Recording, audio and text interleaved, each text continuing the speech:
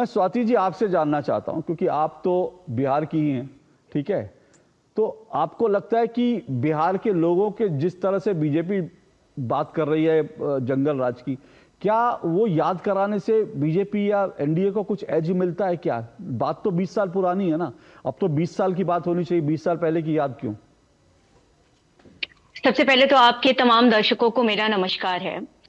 और अभी जो आपने प्रश्न किया कि 20 साल पहले की याद क्यों दिलाई जाती है, तो मैं सिर्फ बिहार से बिलोंग नहीं करती हूँ, मैं उस धरती से बिलोंग करती हूँ जिसे जाना तो इसलिए जाना चाहिए था कि वो देश के प्रथम राष्ट्रपति की जन्मभूमि रही है, डॉक्टर राजेंद्र बाबू सिवान। लेकिन आज हम जब भी चर्चा करते हैं तो इस बात को बिसरा करके उस धरती को किसका पर्याय देते हैं, तो पर्याय देते हैं हम उसे शहाबुद्दीन का।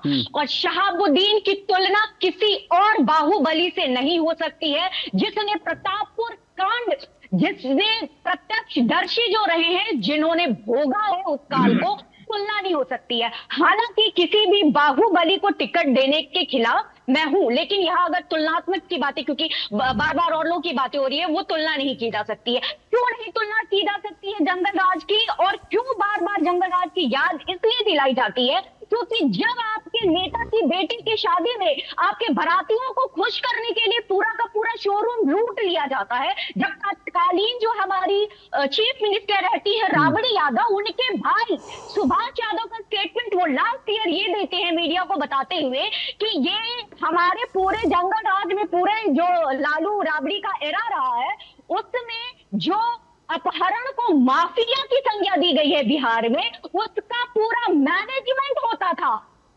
ये मुख्यालय में, मुख्यमंत्री के आवास पर। तो जब वहां इनके अपने भाई पटीदार लोग ऐसी बातें करते हैं और जब ऐसे देखते हैं तो बोलना पड़ता है। और ये बात कह रहे हैं कि आज भी पीछे है बिहार पीछे, और ये किया धरा किसका है, ये बात समझने की जरूरत है। आप किसी को लाठी से मार मार के अधमरा कर दीजिए और सोचिए कि अगले दिन वो मैराथन दौड़ जाएगा, तो ये असंभव ओके। है।